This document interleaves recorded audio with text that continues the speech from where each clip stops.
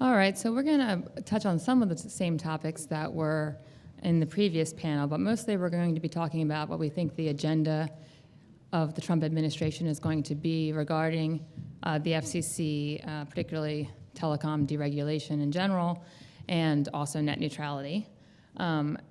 So what I'm interested in is figuring out kind of what we think, how we actually think it's going to shake out. I know in the first panel there was some discussion about whether net neutrality is going to be completely gutted or whether it could be a case-by-case approach. We've had Commissioner Pai already out there speaking publicly, saying that he plans on taking a weed whacker.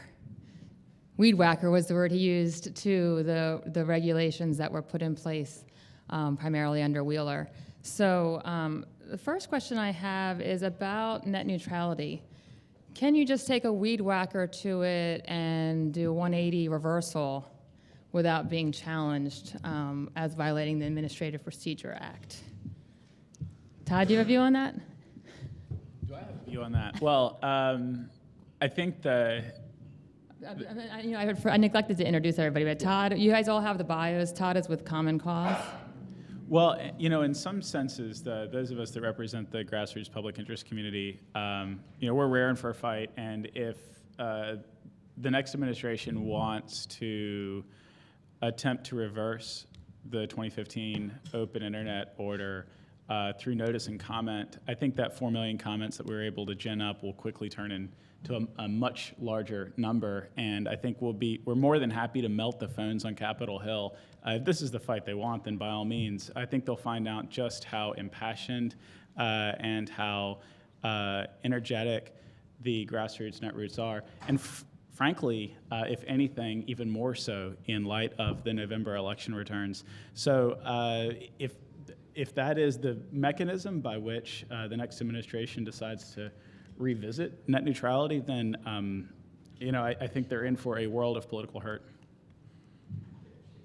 So Robert, perhaps Robert is with a partner with Cooley and was formerly was an FCC commissioner. So if you were, heading up if you were once again a commissioner, would it be your tack to do a notice and rulemaking, or if you wanted to stop having net neutrality, would you just stop enforcing the laws? Well, I think, first of all, thanks for having me. It's great to be here today. There's a lot going on. Obviously, it's very complex. There's a lot of fluidity during this time of transition. There are processes already in place. There are statutes in place regarding how administrative agencies should act. But there's also Congress. And so there's actually a terrific opportunity here to give all sides, especially consumers, certainty, and so that every 2 to 4 to 8 years you're not changing fundamental rules, and that consumers and investors and the people building the networks and at the edge are having to figure out what is the government going to do next every 2 to 4 to 8 years. So this is a tremendous opportunity. 2 years ago, Congress came very close to a compromise on net neutrality legislation, but was dissuaded. It didn't have the incentive to go further. But on a bipartisan basis, they could have gone further, and they were dissuaded because the FCC was going to act. So now here we are, 6 weeks after a surprise election. At least the results were a surprise to me. Maybe I don't know if there's anyone in the room who predicted it, but anyway. So there's some retooling and rethinking going on. Some of the signals from Capitol Hill have been very bipartisan in nature. So what can we do to where everyone can win, to where you can have investment and innovation in all aspects of the internet ecosphere, and consumers can be protected and entrepreneurs can be protected. And I think that's the spirit we need to kind of walk into thinking about, rather than something that's bellicose. Again, we were very close to a compromise a couple of years ago. So let's take that spirit, and certainly everyone can retreat to their corners. But if Congress is going to codify something, that's going to be that's going to be the law of the land for years to come. And I'm sorry, Angie first, and then Brett. I was just going to remind folks that traditionally the open internet principles were bipartisan at the commission, and I think it's really important to keep that in mind, that if the current commission and/or Congress begin to look at this issue again, I think there are some basic principles that people can agree to, so it's a good place to start. I also would echo Commissioner McDowell's points that swings back and forth are not great for consumers. They're not great for companies, big companies or small companies as they are trying to plan. So it would be nice to see the next go around that it be something that can be everlasting as long as possible, so that all of the market can be settled on some of these matters. It's always good to just remind folks where we are in process at this point, too, because I think it's easy to just look at the current landscape and the seismic shift that we had in early November and lose sight of where we are in the process. So we just had a DC Circuit decision this summer that upheld the commission on all grounds on open internet, and once again found that ISPs not only have the incentive, but have engaged in bad behavior, and there are good reasons for there to be a set of rules. But we also had the petitioner seek the court further for an en banc review. We're waiting to find out whether or not the court will grant that. And one of the unknowns I think we have right now is, will the court grant it? And should the court grant it, then what's next? If we have a new FCC at that point, what does the OGC continue to defend the policy position as it exists, or does the FCC make some kind of a motion requesting that the commission take it back up and look at it again? So there are some unknowns, but I do think that it's important for all sides to try to work together if we're going to reopen this again, to come up with solutions that will work for everyone going forward. And I know Brett had something he wanted to say. Sure, I agree with a lot of that. First, in the sense that there was broad consensus over the last 10 years about net neutrality principles. So nobody, I don't think, is talking about gutting net neutrality. I think what probably will go away, whether at the FCC or through Congress, is the imposition of Title II telephone rules on the internet. I think that was a very heavy-handed remedy in search of a phantom problem, and so I think that's the starting point. But I also agree very much that one of the failures of the open internet order was that it had very, very little chance of ever being a durable consensus solution. For the last 25 years, one of the reasons the internet's been one of the most successful economic projects we've ever seen is because there was a basic consensus about allowing innovation, encouraging investment, and I think a lot of people in Congress at the FCC would like to get back to another consensus, like you said, that could last for another couple decades.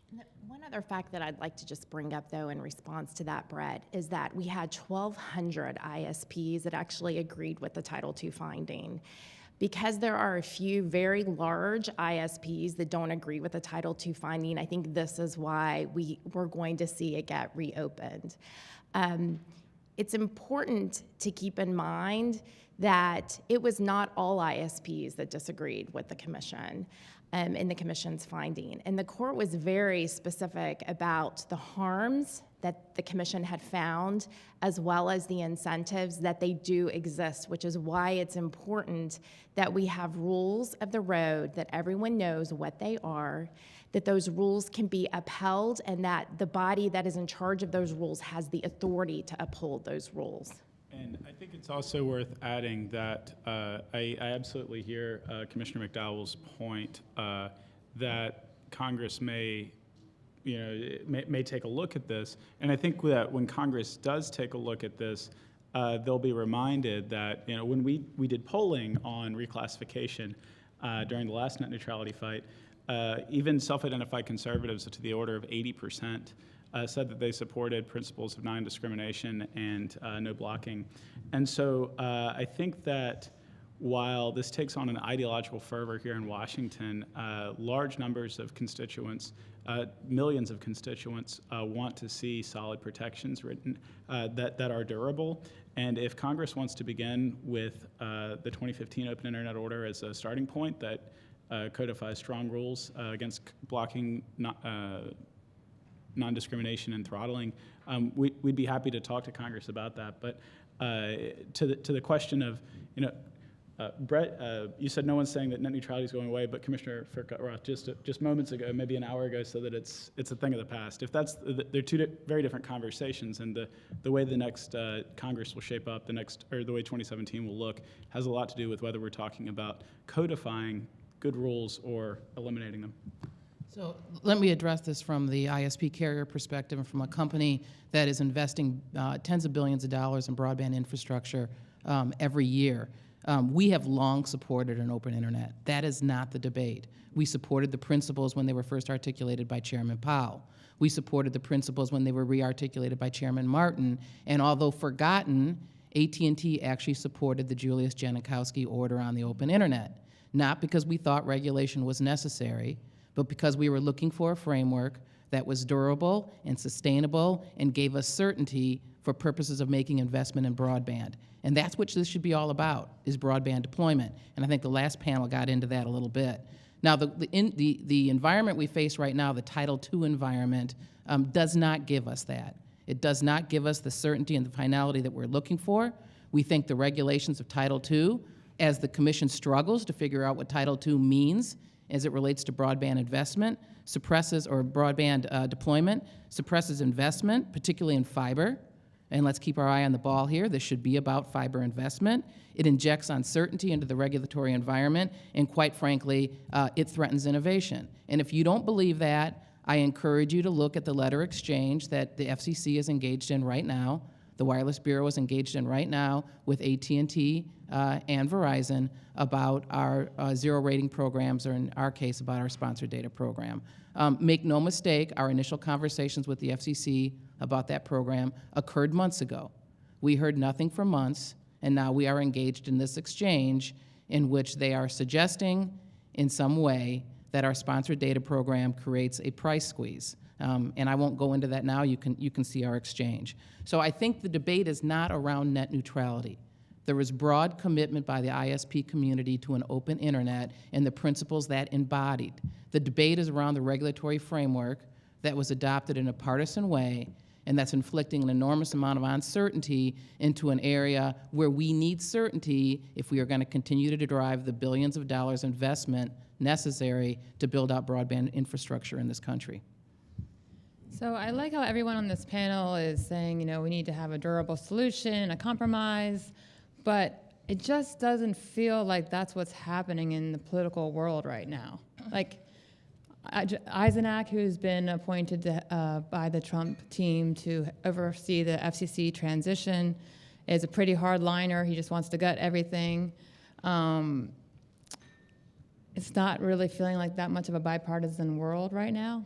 What I'm wondering is, do you think that's likely going to happen, or do you think it's going to be much more the hardline? I mean, it's the hardliners who are right now controlling the transition. What do you think the likelihood is of a reasonable compromise that ensures durability? And what do you think the likelihood is of just let's go for the jugular, we're going for the weed whacker, we're getting rid of this altogether, since we have, we've taken the majority of Congress, we have, yeah. I mean, if you want to keep going. Yes, go ahead. Or is that a question? Okay. So, let's look at history here a little bit, which was, as a commissioner when I was sworn in 2006, started talking about, it was the Clinton-Gore administration policy to not have Title II on these networks. Okay, it was very explicit. Look at Bill Kennard, look at the Stevens report, look at all that. So there was a departure at some point in the late 2000s from that. And so there was bipartisan consensus at that point. That can be rekindled if the goals really are to prevent blocking and anti-competitive conduct, let's just call it, writ large, in the internet space. I argued when I was a commissioner that there were laws already on the books, Section 5 of the Federal Trade Commission Act, a whole host of federal and state laws, the plaintiff's bar. I mean, there was just a lot there, a lot of tools there. And I suggested many times that the heads of regulatory agencies at the DOJ, FTC, FCC, and the states attorneys general, all get together with the ISPs, with the edge providers, and make a laundry list of all the existing laws that are there as an armory, basically, to come down on anti-competitive conduct. That was never done.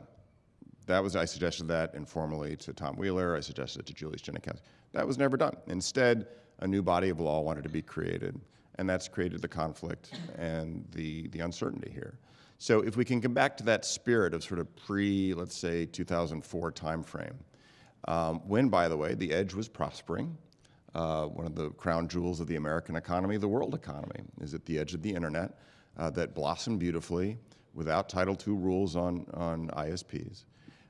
So what is it we really need? What is it all sides really need? That certainty so that all sides can have freedom and have a fair shot at return on their investment while protecting consumers and allow consumers to enjoy these incredible benefits that they've been able to enjoy long before the Title II era ever dawned. So I think there's talk about is it a bipartisan time? Is it not a bipartisan time? There are obviously very raw emotions which may endure as a result of the surprise election.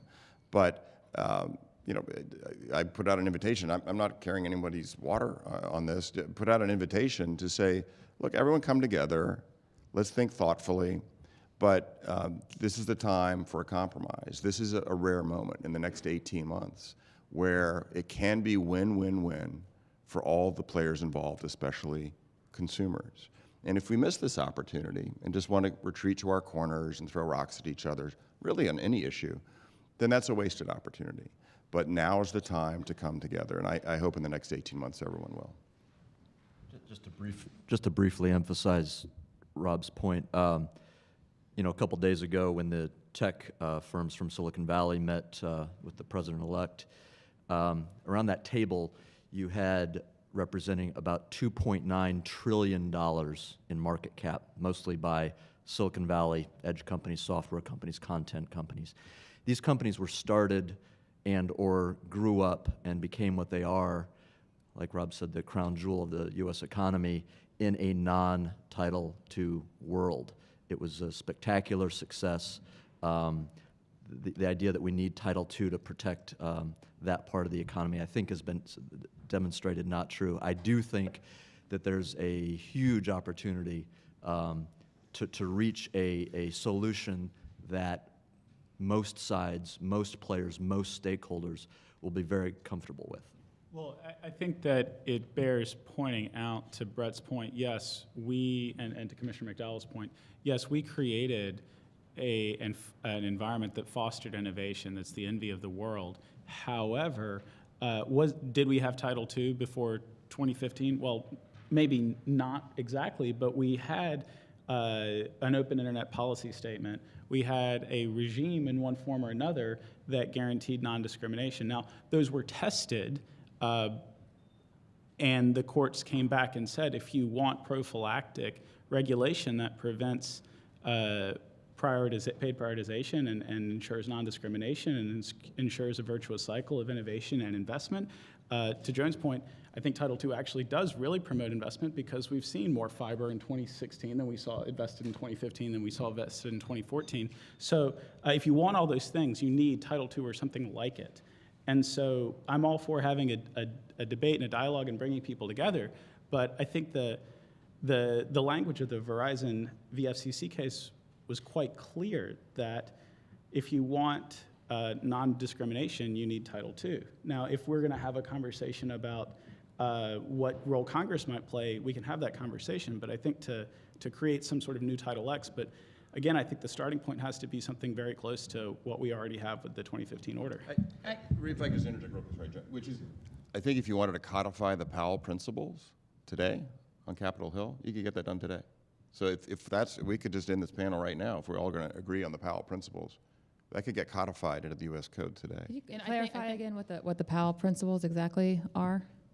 So that's, and Joan, I'm cutting you off, so I apologize. But it's non-discrimination. Consumers have freedom to go where they want on the internet to use applications that they want, unless there's harm to the network, things like that. So, and the no throttling, all this sort of anti-competitive preventions are right there, and that was outlined in 03, 04. Yeah, before I got I there. mean, I think that's the problem. There has been long and sustained agreement about those principles. That's never been the fight. The fight has always been about the jurisdictional authority that the FCC was going to exercise to try to codify and enforce those principles. And when you go back to the Janikowski administration, the first 4 years of the Obama administration, they looked at Title II and said it was too much. They did not go in that direction, because what you have to do is you have to pick and choose which pieces of Title II, which let's be clear, that's monopoly era regulation. The word internet is not contained in the title anywhere. At best, it speaks to broadband deployment and encouraging broadband. I think they call it advanced services, right, Rob? Yeah. So at best, it speaks to encouraging deployment and advanced services. That's as close as they get to the internet. And so when you try to take those principles and you try to use Title II, shove those principles into Title II, it is without a doubt a square peg in a round hole. And that has been the struggle. And the, whoever the Republicans are that are going to be in charge of the Trump Commission, they are going to be stuck with the jurisdictional authority provided to them by the Telecom Act as it currently exists, unless and until Congress provides them with new authority. And that's the challenge that we're going to have. And it's, I certainly acknowledge it's a sticky one. We're going to have to sort through it. But the disagreement is not about a commitment to the open internet and the principles that have been articulated for well over a decade. The question really is what jurisdictional authority is going to be asserted and what baggage are you going to bring along with that. And in our opinion, which we made very clear, Title II went way too far on that.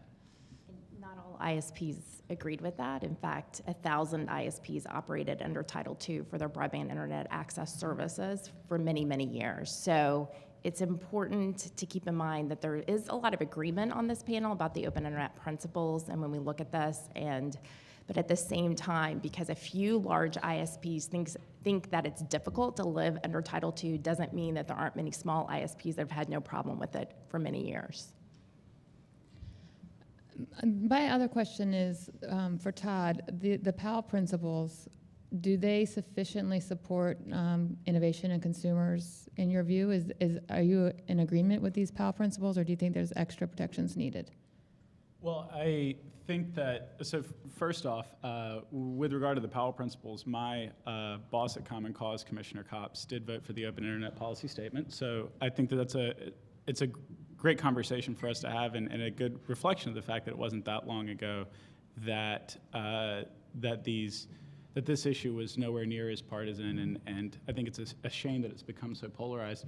I don't have the 2005 policy statement in front of me. I know that unfortunately, I guess it was the Comcast decision was what led us to the Janikowski rules. It seemed maybe it was enough for me, but it wasn't enough for Comcast, and they can, and then 701 seemed like it might have been enough, but then it wasn't enough for Verizon. So I think if we want to talk about the principles, that's all well and good. Though I would put a star around the general conduct rule as an important aspect of the 2015 order that ensured that the FCC had the ability to respond dynamically to threats to the open internet as they arose. And so any new language on net neutrality really needs to understand that the internet is dynamic and that the incentives and abilities that providers have, that both the Verizon court and the U.S. Telecom v. FCC courts found that providers have an incentive and an ability to favor their own content to the detriment, or to restrain innovation at the edge, that we will always need an FCC that has some form of a general conduct authority to police issues as they arise. And the best example of that being that the 2009 the Janikowski rules didn't contemplate discrimination at the point of interconnection. Well, no one thought that was going to be an issue, and then a few years later, suddenly it is an issue. So it's good to have an FCC that has the ability to respond to threats as they arise. So I wouldn't want to codify anything that is limited to the letter of, say, a set of principles without allowing some dynamic enforcement. Angie, I wanted to follow up on your point about where the process is right now in the courts. What is the timing for the en banc, whether it'll get en banc review or not? So I've been told by our outside lawyers that are experts on these matters that really we could get a decision very soon on whether or not the court is going to grant the en banc petition. So it could happen this month. But certainly, I would think that we're within the time frame that we will know, most likely before the inauguration. And isn't the consensus mostly that it's unlikely that the court will grant that? That has generally been the expert's opinion, that it seems unlikely. And then, of course, the petitioners would have the opportunity to seek review with the Supreme Court. So just to make sure that I understand what everyone has said here today, so if the new FCC wants to really roll back net neutrality, if they tried to do it just through a rulemaking to get rid of Title II, they would be encountering a world of problems under the APA. So Congress is really the way that it's going to have to be done. Well, Is that clear?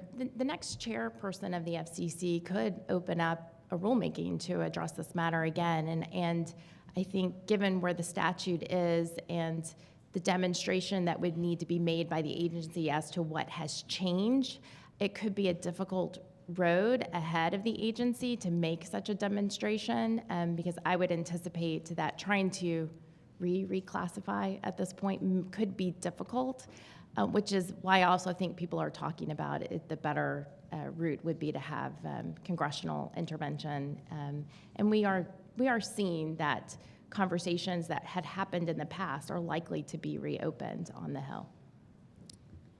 So let's move on to some of the other regulations that are reportedly on the chopping block with the new FCC. One thing that's been a big priority under the Wheeler FCC has been promoting over-the-top competition. And as part of that also was his initiative to unlock the set-top box and make it, a market that's competitive in the sense that you don't have to just get the set-top box that is provided by your cable provider.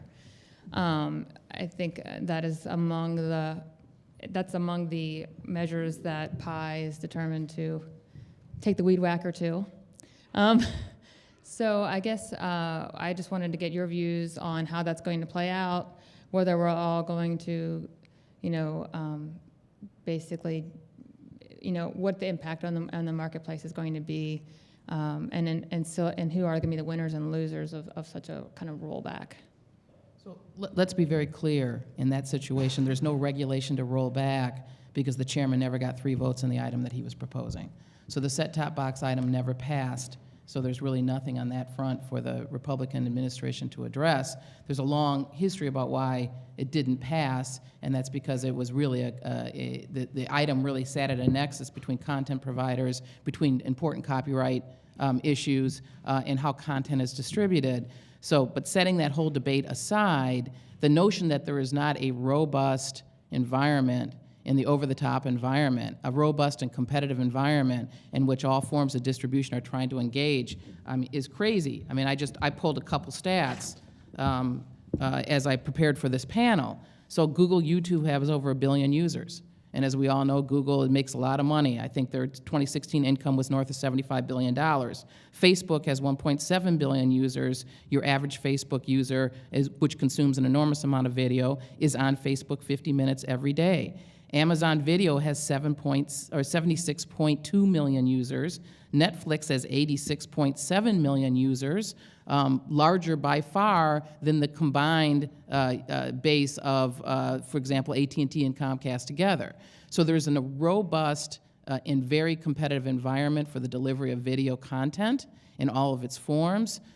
Even the traditional content providers like DirecTV are experimenting with new models. You may have seen that we've introduced DirecTV Now, no set-top box, no contract. You get online, you give us a credit card, and you can stream TV to your device. That is a direct, innovative product as a result of our deal with DirecTV and really designed to compete with the cable model. And that's exactly the product that the FCC is now calling into question under the Internet Conduct Standard under Title II, which takes me full circle back to the exchange we're having with them on our sponsored data platform. So setting aside 629 and the set-top box issue, which did not pass because it did not have 3 votes even from the Democratic side of the aisle, there can be no argument that there's not robust competition for the delivery of video in the over-the-top space. I mean, I think there's one question of how are we defining the market? Yeah, YouTube is really popular, but it's not like if I'm wanting to watch Modern Family on TV, I'm going to say, well, that's too expensive, so I'll just go watch a YouTube video, right? I mean, in terms of defining what are competitors, you look at substitutability. So you could go to Apple TV, you could go to Google TV, you could go to Netflix, you can go to Amazon Video, and I've probably forgotten a couple others that you could probably go to find that content. Kind of to add to Joan's point, which is you have to, you measure this by where the eyeballs and therefore the ad dollars are going, and so audiences are being measured. So part of this conversation and the premise of some of the questions here in the panel kind of reminds me of old generals fighting the last war. We're looking at the market in the rearview mirror when the market is speeding forward and ahead, and let's look at what consumers are doing. So I look at my kids, so they've gotten older since I left the FCC, strangely, but so 17, 15, and 9, okay? So they don't really understand the concept or care about the concept of a linear cable channel. Sorry for anyone here representing linear cable channels, right? So for them, it's really almost all over the top, except for maybe live sports. I've got a couple of baseball fans in the family. And that could be over-the-air broadcast, by the way. So, if you look at just the statistics on cord shaving, cord cutting, to Joan's point, it's an app-driven world. So for your entertainment, we're seeing augmented reality. We're seeing a blur of what, I don't see anyone here under 30. Is anyone here under 30? Sorry to embarrass you. Okay, great. 2. There's 2 out of what, 50. So we're seeing a real blurring and a mixing, and it's a wonderful time to be a consumer in this space. Look, we have more choices in the video space than any other time in human history, and there'll be more choices tomorrow than there are today, and certainly more in 5 or 10 years than there are today. So it's, if you are a linear cable provider or an MVPD of some sort, there's a lot of disruption, and that's why AT&T, but others are experimenting with how do you keep a consumer? How do you get a new consumer, and how do you keep them? And so there's a lot of pasta being thrown against the wall. There has been for at least a decade when I first started as a commissioner. A lot of experimentation, in other words, in the marketplace to see what happens. There's some hits and some misses. But it's a great time to be a consumer here. So the notion that there's going to be a set-top box and it's going to sit on top of your TV, you get all your video content through that, I think those days are really gone, that people are more and more looking at video on their mobile devices. My daughter watches her Netflix on this. I don't know why. I don't get that. Why such a small screen? I need to ask her that. But she watches her Netflix and other stuff, other vendors, other purveyors of video on this tiny screen. So that's where the market's going, and the regulators have to kind of recognize that fact and stop pretending that it's 1999. So I'm hearing that that is where the market is going, but I have to tell you that is not how the fight was fought. It was fought so vigorously by the pay TV industry, and the fact that they keep rolling out boxes, and the fact that the average family is spending $230 a year renting the box. I will note my family spends more than that because we need 3 boxes to be able to interact with our television, and that consumers want more delivered, not just to their phone, but more delivered to the big screen TV, and they want to be able to interact with their over-the-top programming, and the pay TV industry doesn't really have the incentive to make that happen very quickly when they've been getting billions of revenues on pay TV. That is what the fight was really about. And I would say let's watch to see what happens to the set-top box fees, because soon I'm sure we're going to hear from the industry they're going up more, because we're at that time of the year when we start to get our notices of the fees going up. And the average American family, may be experiencing lots of different ways to watch video. My average American family, though, still wants to watch our video on our big screen TV. And we want to be able to sit around together watching the video, whether it's LSU football for my husband or it's the latest Disney show for my youngest.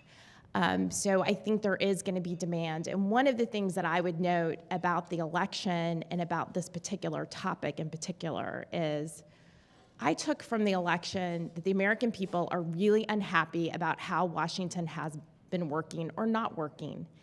And they're fed up with high prices. They want cheaper services, cheaper prices. They want more competition. And I think that is what the new FCC is also going to have to look towards.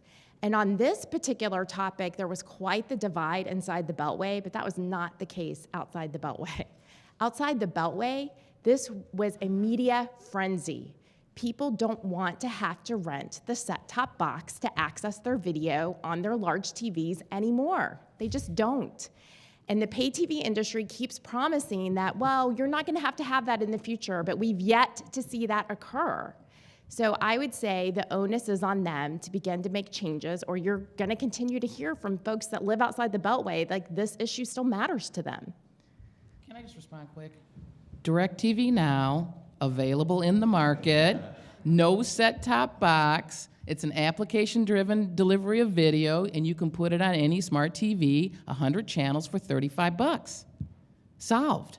Yes, smart TVs allow you to pull stuff right off the internet onto that big screen, so that's important to note. Yeah, but actually to that point, I think this is a really interesting sort of real-world example, and I'll just use myself here. It is harder than it really should be to cut the cord, and I'll give you an example, right? So I cut the cord because I really didn't like how my cable bill was changing so often because of that damn broadcast fee, and I understand that doesn't necessarily go to the cable provider, but I just thought it was non-transparent, and I got tired of paying it, so I dropped it. I'm one of Jeff's customers. I bought Sling TV, but I can't watch Sling TV on my PlayStation 4. And presumably because Sony has its own Sony View product. I'm glad to see another over-the-top product available on the market. It is an exciting and competitive market, and I'm glad to see that rules of internet openness have allowed that to foster, and that rules of internet openness have prevented cable providers from discriminating against online over-the-top. However, there are so many choke points in an open a network that we would like to be open and vibrant. And one of those choke points continues to be the cable set-top box and the way that you get to apps, the way that you get to content. And while I would love to be able to have, say, just one device, my PlayStation, and have HBO Go and have Sling and have everything else on it, for the time being, I don't. So I have to have a PlayStation and a Roku, and I have to have the apps on my smart TV because not every app is available on my particular smart TV. And this is a big area of consumer pain, and if only someone like, I don't know, a Roku were to develop a box that I could buy off the shelf that would allow me to pick and choose and create my own bundle, that would be a really exciting place that I'm sure there's some consumer electronics manufacturer would love to fill that niche, but we can't. And I think this is going to continue to be a point of pain.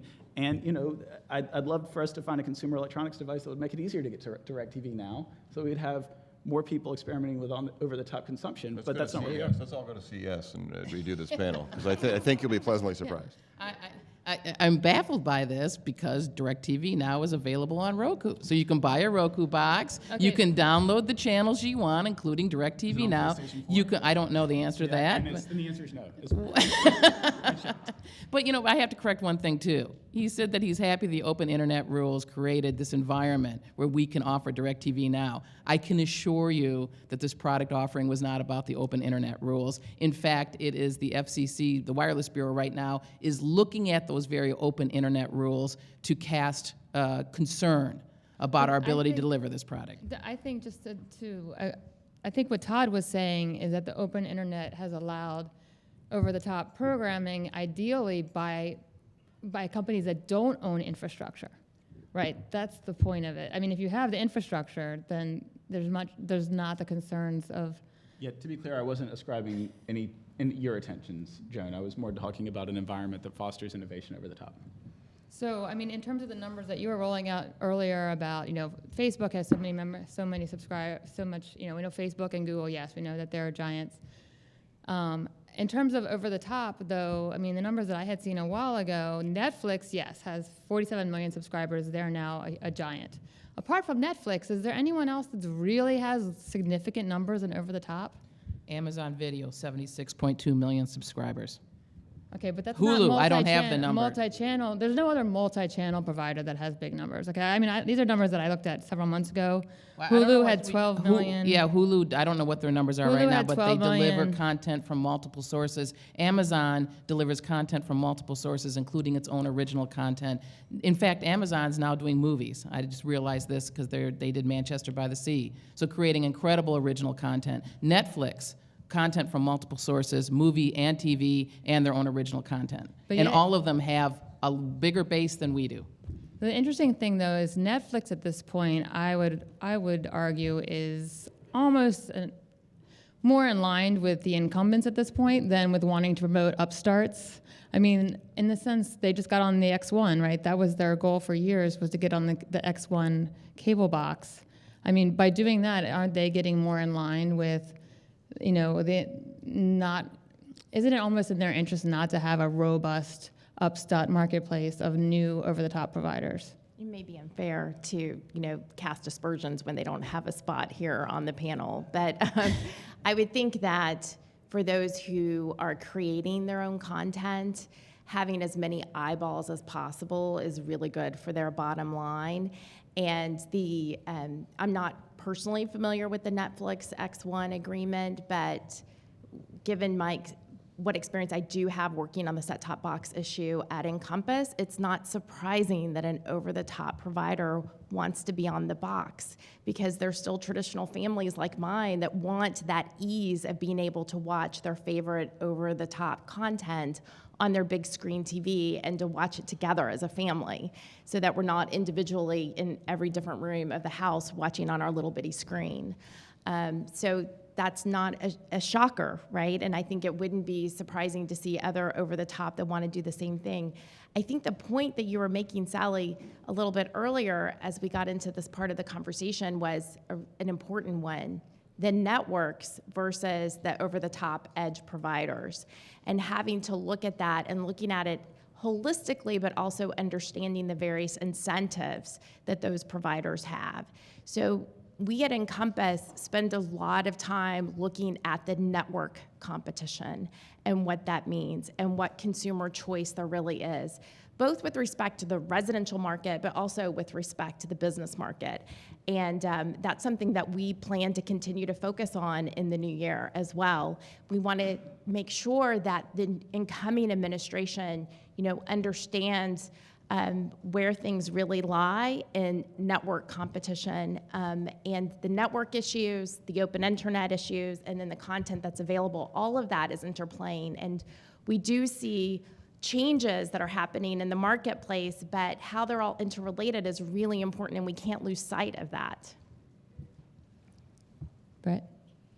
Just briefly, I'd just sum up by saying we have never seen such an explosion of media diversity and access and innovation from so many different players. Just yesterday, Facebook said they are getting into original content. They 2 years ago, they weren't really a major video player. Today, they are one of the biggest video players in the world, competing on, in ads and so forth, challenging Google.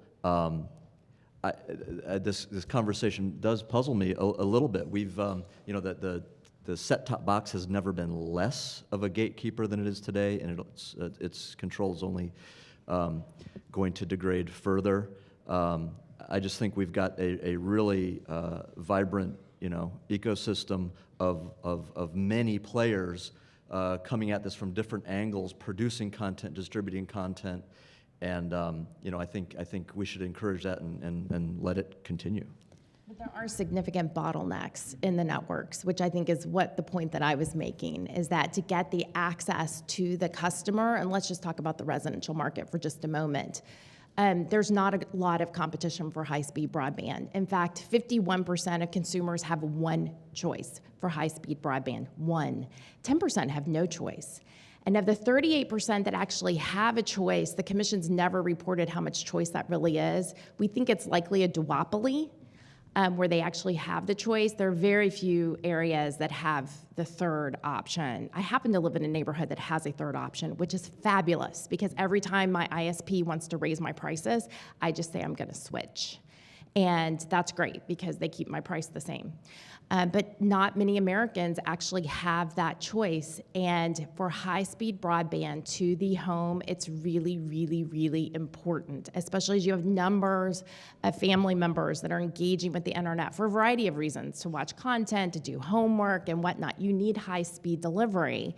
And the commission can't get away from that. That's going to be really key to make sure that consumers are going to have options when it comes to over-the-top services so that they can get to DirecTV now, for instance, that AT&T is offering. So when the commission's looking at this, I think you have to think about all the various aspects of it and where things lie. So with that answer, I think we just pivoted to a completely different area, which is broadband deployment. And I can assure you the set-top box agenda had nothing to do with broadband deployment. I think in going back to Sally's original question, so I do think the next FCC administration is going to be very keenly focused on numerous policy agendas that's associated with furthering broadband deployment, which at the end of the day is what this inquiry should be all about. And I think you're going to see them move aggressively, for example, on infrastructure policies, trying to streamline the ability of providers to go in and deploy fiber. I think you're going to continue to see them pursue a 5G agenda, which is really about driving fiber closer to a dense wireless network for greater capacity and the ability to deliver greater services. And I think you're also going to see them looking very quickly at a number of programs, USF programs, including the Mobility Fund programs, to spur broadband deployment. And that's an issue that we can all agree on. We need to be working together on policies, regulatory policies that support deployment. We absolutely agree with that. Looking at how we can lower the barriers to broadband deployment, both with respect to new broadband to those customers who've never been connected to competitive broadband providers. So we look forward to working with the new administration to point out still where there are significant barriers that are preventing more deployment. And one of the reasons that we think it's so critical that consumers have real choice is because what we see happen in the marketplace when the third wireline broadband provider enters is prices drop, consumers get faster speeds, not just from the new competitor, but also from the incumbent. So it is very important that we not take our eye off the ball here for consumers, and what really drives more investment, more innovation is competition. Yeah, and keep in mind too, real quick, I know we want to move on to another question, hopefully there's plenty of opportunity on consensus, by the way, on a number of issues, including wireless, which is the segue to my point, which is if you look at some recent Pew research, you see that cord shaving or cord cutting is to the benefit of mobile broadband. And that some consumers in some cases have mobile broadband connections and are watching their video that way. So that is, by independent analysis, Pew, nonpartisan, becoming, changing the dynamic, becoming an alternative to fixed, cable modem. That seems to be, again, the rearview mirror, let's fight the last war fight, and that consumers in the marketplace and innovation and investment are marching towards other avenues. And so that's why it's very important to promote the Spectrum Frontiers initiative, which was bipartisan, and get more spectrum into the marketplace, and hopefully we'll have a successful incentive auction here concluding in a couple of months. I'd like to give the audience opportunity to ask questions.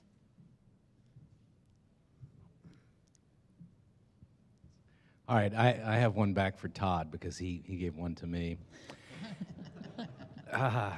So here we go. You talk about innovation, the threat to innovation that a vertically integrated ISP can represent by favoring its own content, and I sympathize with that. But I want to know your feelings about the threat to innovation by a vertically integrated platform provider. We can talk about episodes of blocking, like Twitter blocking Meerkat, or Google doing what it does to Yelp. And so my question for you is, do you care at all about innovation, threats to innovation on that side? And number two, would you be open as part of a compromise that when we think about a venue for content providers or over-the-top providers to come forward to bring complaints against vertically integrated companies, could it also provide a venue for relief by discrimination by a vertically integrated platform provider against those content providers? I missed one part of your question. You said Twitter blocking, and you said Meerkat. Meerkat. Oh, Meerkat. Thank you. Thank you. I think that's obviously a threat to innovation. It's a threat to the vibrancy of our communications networks, but it's not a threat. But it's a threat on the edge. So it's do I care about innovation? Yes, absolutely. But I think that may be something better handled by that is an area that's probably best handled by the Federal Trade Commission as opposed to something where the FCC would have jurisdiction. Though I would point out that just yesterday, the fair reviews, I'm not sure I have the acronym right, but the Consumer Review bill was ratified and signed into law yesterday. So there may be some relief for to that general sort of class of problem that you're alluding to that's inside already.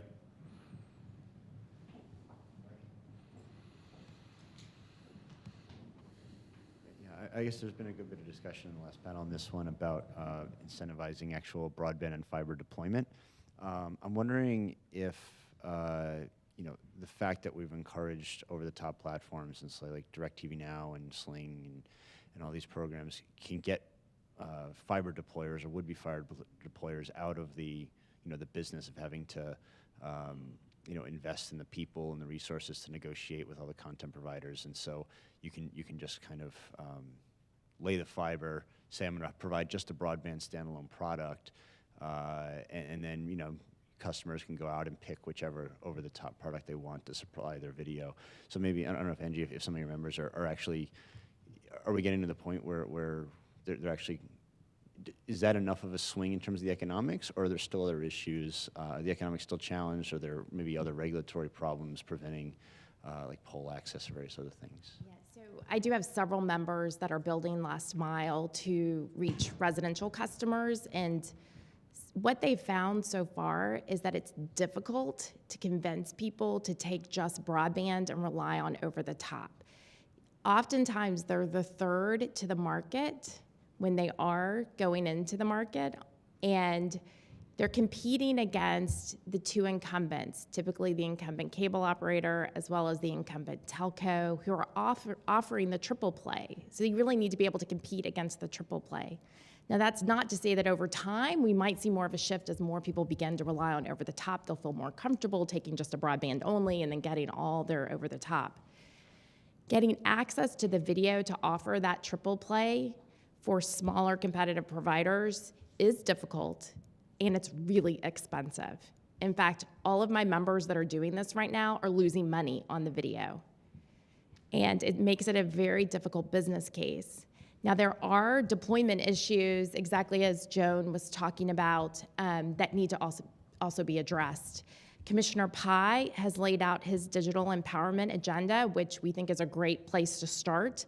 There are a number of pole attachment issues that can be addressed by the FCC. But there's also things that could be done by Congress and at the local and state levels to just encourage more fiber deployment. And there are a number of things that people have talked about, and I think those kinds of conversations are likely to continue and should continue, because it should be the goal that not only do all consumers have access to high-speed broadband, but they have access to a number of providers that can provide that to them. And to that point, if I can interject, I'm kind of reminded of history. So in 2003, 2004, there was a huge war, and Joan remembers this, and I was at CompTel, over the unbundled network element platform. And everyone thought that wireline residential voice was the thing to fight over. The best and the brightest on all sides of the industry, right? And I was in the middle of that fight. What the best and the brightest didn't really see coming was competition in voice from wireless. If you had told someone in 2003 or 2004 that actually most households would want to be wireless only and not have a wireline phone, you would have been laughed at. You would have been thought you were an idiot, okay? People would have kicked you out. But that's exactly where the marketplace was going. So where we're starting to see in this marketplace is the purchase of standalone broadband. As Angie said, there's an economic incentive. If you're an MVPD and you're offering broadband, I've been told by many a CEO, who shall remain nameless, they'd really prefer to see those costs go away. That not offering, they're tired of negotiating with the content producers, with the programmers, and they'd really rather see, it's a loss leader for them at best, and they would, just in a way, like to see that go away. So there's starting to be an economic pressure for the offering. The critical mass, a tipping point's gonna come when it's probably a generational change. The two of you who are under 30, and they've both left, I think, no. Where we're counting on you, because it could be all, it's all gonna be over the top, and that's gonna come through that broadband pipe, to the point of your question. But that could be many years away. But that's why you're seeing so much experimentation here. So we don't know what's coming over the horizon. But certainly there's many in MVPD that's at least thinking about how can I get out of the video resale business through the traditional means and maybe go through a different means as AT&T is trying. And one point I will add, in addition to working at Common Cause, I'm also Deputy Director of Next Century Cities, which is a nonprofit collaborative of mayors that want faster broadband. And so we're on the front lines of this question of what are the costs associated with fiber deployment. And I can tell you accurately identified pole access as a challenge. Several cities have tried to streamline pole access through one-touch make-ready. That's being litigated. We think that's unfortunate, but we think it's a good way to speed up deployment and lower both time and resource costs. Crossing railroad sidings can be a bear. Access to federal lands can be nightmarish at best. It's a very bureaucratic process to get permits and whatnot to cross federal lands. So I think there's areas of consensus. There's probably and we've actually seen some really good bipartisan legislation in Congress that was introduced last year that was a really good starting point for how to speed up some of these local deployment issues and lower some of the costs, not only the capital cost, but also the time cost. I agree with that. There, I think, is a lot of room for consensus, especially at the state and local level. With the rollout of 5G, it's going to require putting a lot of nodes on whether it's utility poles or the sides of buildings or in other public spaces, lots of new fiber, and so that to the extent we can speed that permitting process and have a process in place that encourages it. I think a lot of local, it's not going to be a partisan issue, it's going to be a local economic development issue. So wanted to bring up a question that came up at the in the last panel. If we're seeing a decrease or potential elimination, I know there's disagreement about this, of net neutrality, does that make it more important to any of you that there be, or does it not change your opinion on enforcement of vertical mergers like AT&T, Time Warner? And then my second question gets to this question about the infrastructure build out of broadband, and particularly overbuilding when there's one broadband provider going into another broadband provider's area. What are Todd, I'm interested in your view of what those policies, and you just mentioned a few, would actually result in that type of overbuilding. It just seems that from an economic standpoint, how do you get these companies that have set up pretty profitable monopolies to actually go in and start competing? It seems like a much lower profit margin opportunity. So what are the policies, and everyone else as well, that actually would lead to that type of overbuilding and competition? Well, whether the FCC will have any purview over the AT&T Time Warner merger is yet to be determined. We don't have an answer on that yet, so it's hard to answer that question in particular. Though we have said that it's a merger that's clearly impacts the public interest and should be reviewed. As to the, okay, and so anyway, I think that what we'll see in terms of overbuilding is, I'd point you to the charter merger conditions, which included an overbuilding requirement. But I think that overbuilding is something that, I don't know, it's only in the communications world that we call it overbuilding, whereas everywhere else we call it overbuilding in communications and it's thought to be a bad thing, but everywhere else we call it competition, it's thought to be a good thing. I'm excited to see everyone from mid-sized ILECs to regional cable companies to municipal providers increasing the fiber density, and also AT&T has deployed a significant amount of fiber through Achiever's product. I think that it's good to see whether that comes through. I am skeptical of merger conditions broadly speaking, but if they can do some good and if they can encourage some competition, I think that's altogether a good thing. But I am hopeful that the green shoots of competition will continue, and that whatever policy regime it takes us to get there will flourish. I think your two questions. Both point to unintended consequences of the open internet order and what came before the open internet order over the last, say, 5 or 6 years. On the mergers of network and media, network and content, if we have rules, regulations that either prohibit or discourage arm's length transactions, partnerships between network companies and content companies. So, for instance, you know, banning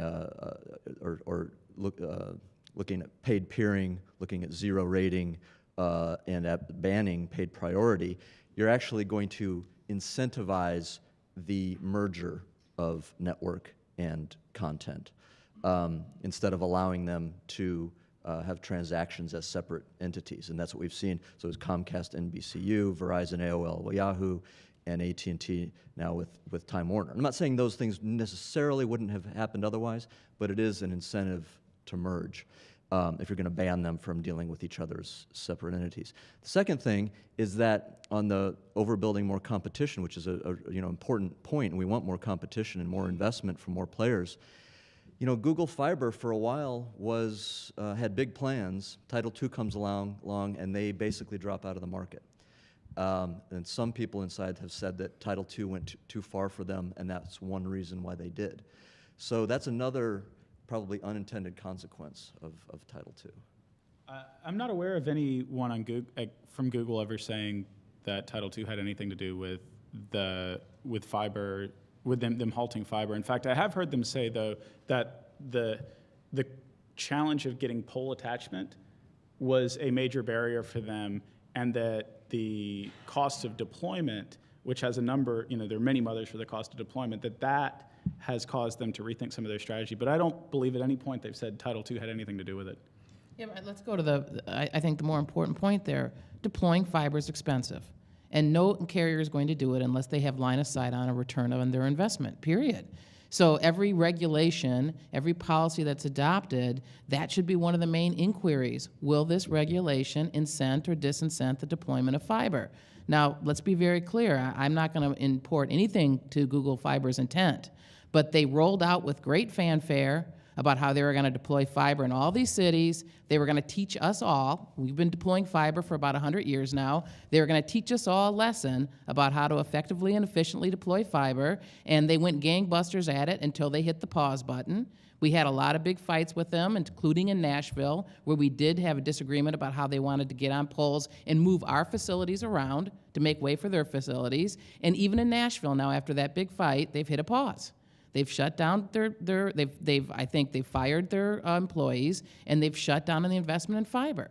The investment in fiber is hard, and it is essential to continue to have companies invest in fiber to ensure that we continue to roll out broadband in this country to remain competitive for the 21st century. And I am confident that the next FCC will be focused very, very much on the policies that they adopt to make sure they're incenting those investments wherever they can. And with Joan's eloquence, unfortunately, we're running over. I have the hard stop, so I'm going to have to awkwardly exit the dais while the rest of the panel talks. So thank you very much, and best of luck. Happy holidays. Thank you, everybody. everyone, for being on the panel, and let's have some lunch.